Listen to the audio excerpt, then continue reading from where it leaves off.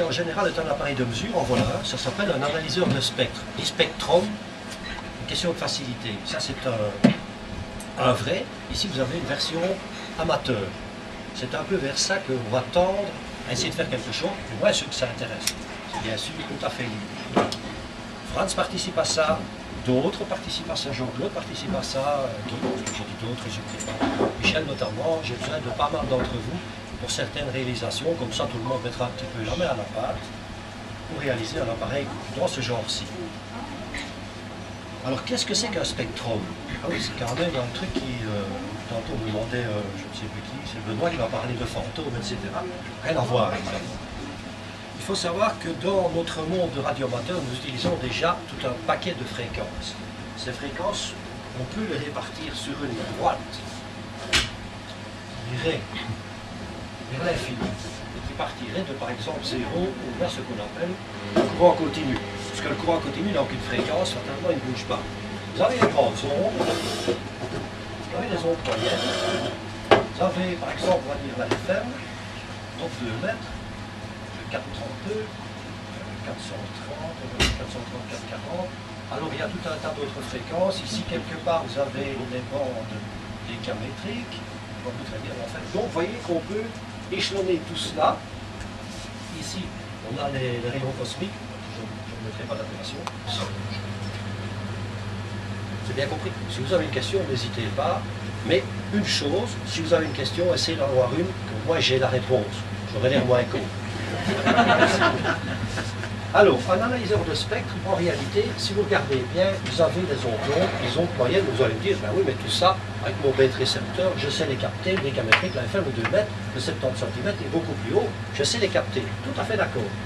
Et d'ailleurs, un spectrum, c'est pas tellement loin non plus, si on regarde un schéma bloc. Il y en a qui ont passé des examens ici récemment, un schéma bloc, ça leur dit quelque chose, c'est l'organisation d'un récepteur. Dans ce cas-ci, je parle de celui-ci. On va s'en tenir à celui-ci parce que l'appareil qui est en dessous, c'est un oscilloscope. On n'entrera pas dans le détail.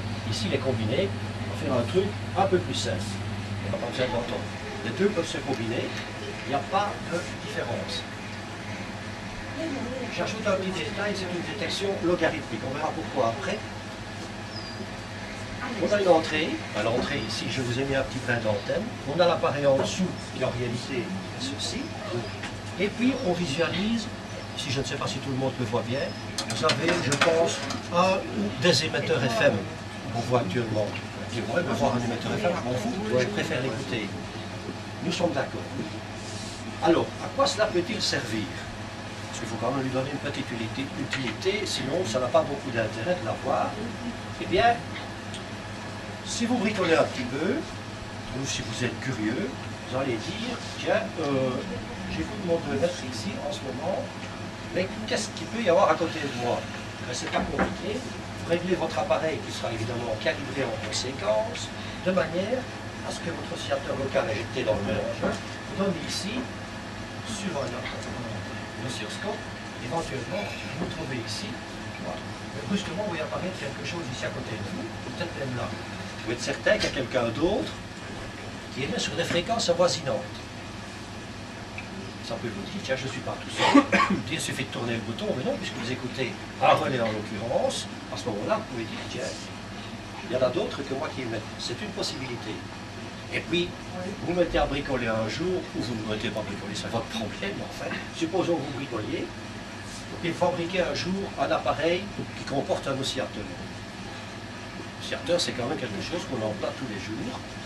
Et vous dites, tiens, mon oscillateur, est-ce qu'il est propre? Eh bien, au lieu de prendre une enquête ici, et un grand merci.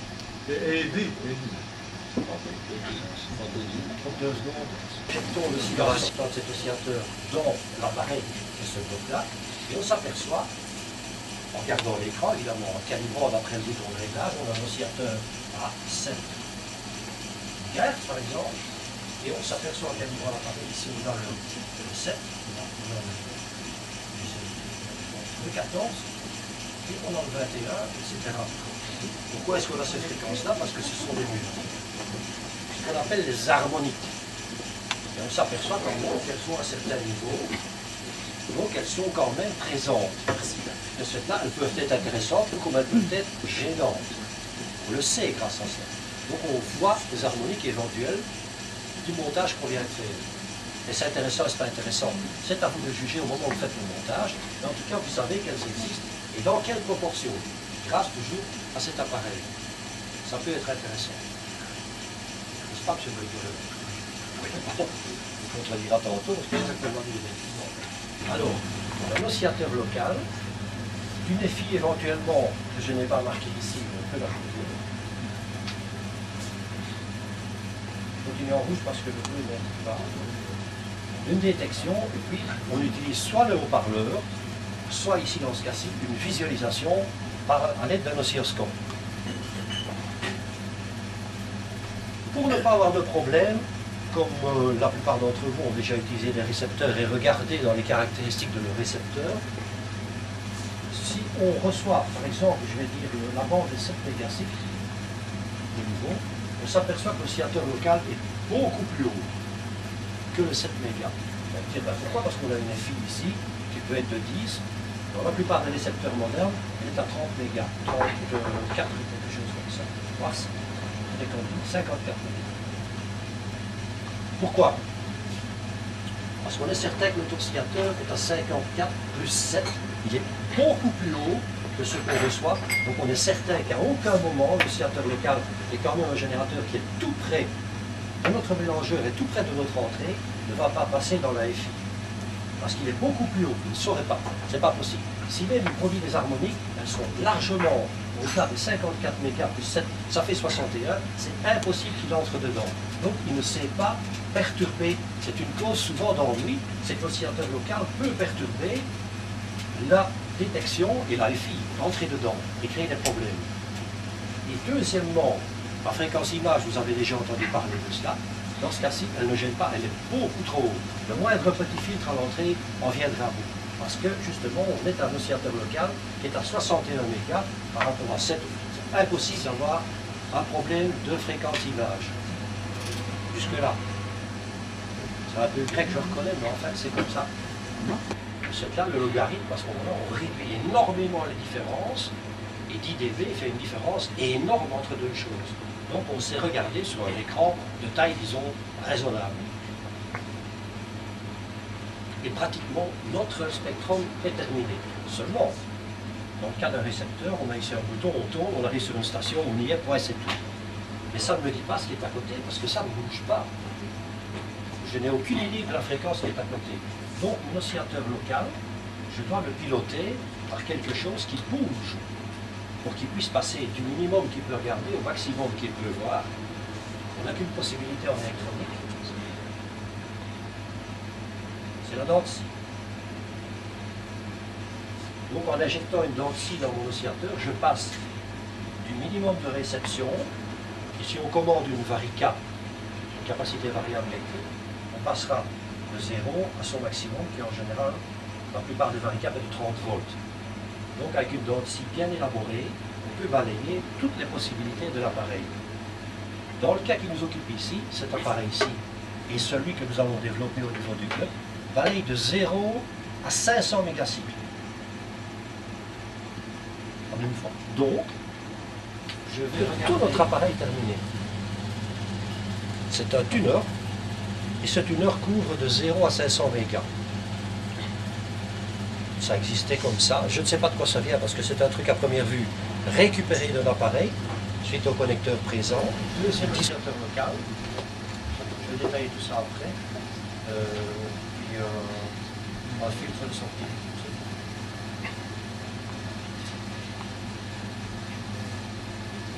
Vous montrer ce que c'est, je vais vous faire passer parce que vous verrez que c'est quand même relativement complexe. En réalité, tout ceci, dans le montage de Win1VZ, qui est Win, je ne sais pas combien, maintenant 5VZ, je pense, c'est 5VZ, 6VZ, il fallait le réaliser soi-même. Alors vous allez le faire passer par nous, vous vous rendrez compte de la complexité du système, c'est pas évident à faire. Pas évident du tout même. 12 mégacycles. C'est déjà pas évident à réaliser, c'est fait. Tout est fait. Il n'y a qu'à alimenter, les varicas de 0 à 24 volts sur ce petit boîtier-là. L'oscillateur fonctionne. faites un oscillateur de 612 à 1112, Jean-Claude qui fait beaucoup d'oscillateurs, c'est que c'est pas évident. C'est fait. La passe tracassée, c'est fait, ça fonctionne. C'est de développer un print permettant de mettre sur le premier oscillateur local, il y a un diviseur à très haute vitesse qui divise la fréquence de l'oscillateur local par 256. Donc en plaçant un compteur ici, tout ce qu'il y a de plus traditionnel, on sait lire la fréquence de l'oscillateur et savoir exactement où on est sur l'écran du scope qui suivra. Un scope, ça je suppose que la plupart d'entre vous possèdent ce genre d'appareil. Donc avec un simple scope, on sait déterminer où on est exactement et voir ce qu'on regarde. Et pas dire, moi je ne sais pas, je suis à peu près ici, je crois que j'ai affiché le 100 mégas, s'il n'a pas bougé un petit peu. Donc ce qu'on voit là, qui en principe est au milieu de l'écran, ce sera un émetteur se trouvant sur 100 mégacycles. D'où l'intérêt éventuellement de l'appareil. Voilà, donc il s'agit bien d'un projet dans lequel ici pas mal de gens sont engagés. Ne regarde pas comme ça, Michel, t'en fais partie. C'est lui qui fait les calques, puis il retire les circuits. Du premier coup. Mais sans spectron, vous ne le mettrez jamais au point. Un récepteur, c'est la même chose. Si vous devez dépanner un jour votre récepteur, avec un spectrum, vous allez partir de l'antenne et vous allez tout suivre. Vous allez voir si l'oscillateur fonctionne, vous allez voir si les moyennes fréquences fonctionnent. Vous allez arriver jusqu'à la détection et votre histoire sera clean. C'est pour ça que c'est intéressant. Tout le monde devrait, enfin ceux qui bricolent, devraient faire un petit machin comme ça. Si vous voulez un jour construire et savoir ce que vous faites, il faut un spectrum. Donc au départ c'est réalisable, et c'est ceci qui m'a un petit peu inspiré à essayer de continuer, parce que finalement presque toute cette atténuation est énorme sur les signaux. Et à la limite tu tournes ton truc jusqu'au bout, en as le moins possible, donc tu sais quand même que tu as fait quelque chose, tandis qu'autrement c'est assez subjectif. Tandis que là on le voit. En ne perdant pas de vue que toutes les mesures créent toujours une perturbation. Ça que ce soit avec un appareil tel qu'un multimètre, le fait de prendre une mesure crée toujours une perturbation. N'oubliez jamais ça. C'est extrêmement important. C'est un autre domaine, mais c'est comme ça. Et avec un spectrum, et je vous montrerai le départ du micro à quoi ça peut servir. N'hésitez pas à poser des questions, même. N'ayez pas peur. Hein. Ça ne paraît pas idiot nécessairement, il ne faut pas croire. Hein. Les facettes d'utilisation d'un analyseur de spectre ou d'un spectrum, c'est intéressant.